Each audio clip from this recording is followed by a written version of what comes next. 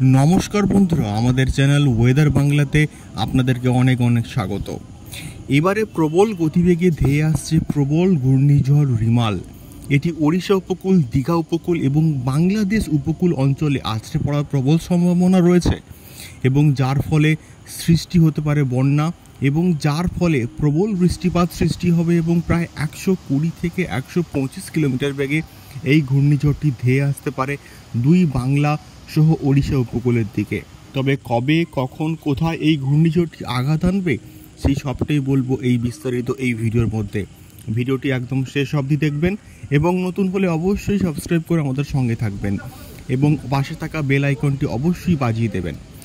ধেয়ে আসছে প্রবল ঘূর্ণিঝড় রিমাল এবং এটি কিন্তু অলরেডি তৈরি হওয়া শুরু হয়ে গেছে পশ্চিম মধ্য বঙ্গোপসাগরে এবং এটি মে মাসের 20 থেকে 26 তারিখের মধ্যে কিন্তু ফর্মেশন তৈরি হয়ে এটি কিন্তু আঘাত হানতে পারে এবং আস্তে আস্তে অতি গভীর নিম্নচাপ থেকে ঘূর্ণিঝড়ে পরিবর্তিত হতে পারে এবং আস্তে আস্তে ধেয়ে আসতে পারে ওড়িশা উপকূল, দীঘা উপকূল এবং বাংলাদেশ উপকূল অঞ্চল এলাকাতে এবং যার ফলে প্রবল বৃষ্টিপাত, প্রবল ঝড় বৃষ্টি কিন্তু সৃষ্টি হতে পারে এবং যার ফলে বন্যা পরিস্থিতি কিন্তু সৃষ্টি হতে পারে।